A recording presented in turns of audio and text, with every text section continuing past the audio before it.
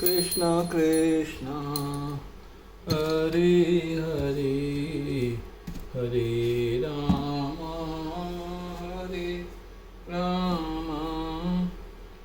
राम राम हरे हरे।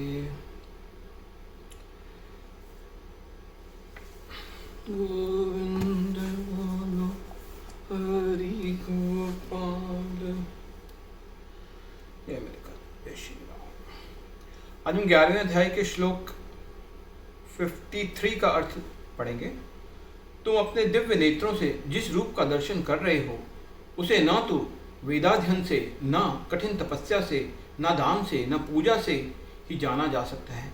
कोई इन साधनों के द्वारा मुझे मेरे रूप में नहीं देख सकता। तात्पर्य, कृष्ण पहले अपनी माता देवकी तथा पिता वसुदेव के समक्ष चतुर्भुज रूप में प्रकट हुए थे और तब उन्होंने अपना द्विभुज रूप धारण किया था। जो लोग नास्तिक हैं या भक्ति विहीन हैं उनके लिए यह रहस्य को समझ पाना अत्यंत कठिन है। जिन विद्वानों ने केवल व्याकरण विधि से या कोरी शैक्षिक योग्यताओं के आधार पर वैदिक साहित्य का अध्ययन किया है वे कृष्ण को नहीं समझ सकते। न ही वे लोग कृष्ण के समक्ष कृष्ण को समझ सकेंगे जो औपचारिक पूजा करने के लिए मंदिर जाते हैं। वे भले ही वहाँ जाते रहें, वे कृष्ण के असली रूप को नहीं समझ सकेंगे। कृष्ण को तो केवल भक्ति मार्ग से समझा जा सकता है, जैसा कि कृष्ण ने स्वयं अगले श्लोक में बताया है। भक्त्या त्वनया शक्य अहमेय वम विधो अर्जुन ज्ञातुम दृष्टुम च तत्वेन प्रविष्टुम च परंतप।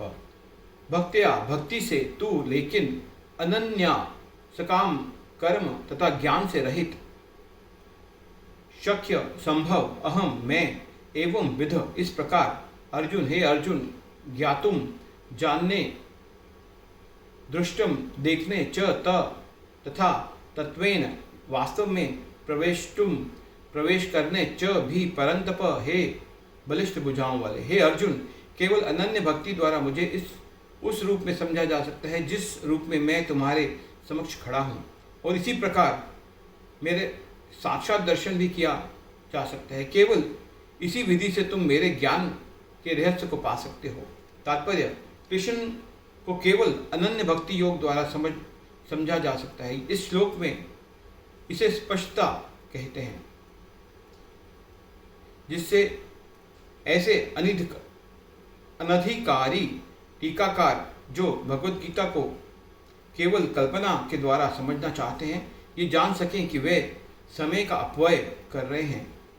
कोई ये नहीं जान सकता कि वे किस प्रकार चतुर्भुज रूप में माता के गर्भ से उत्पन्न हुए और फिर तुरंत ही 2 भुजाओं वाले रूप में बदल गए।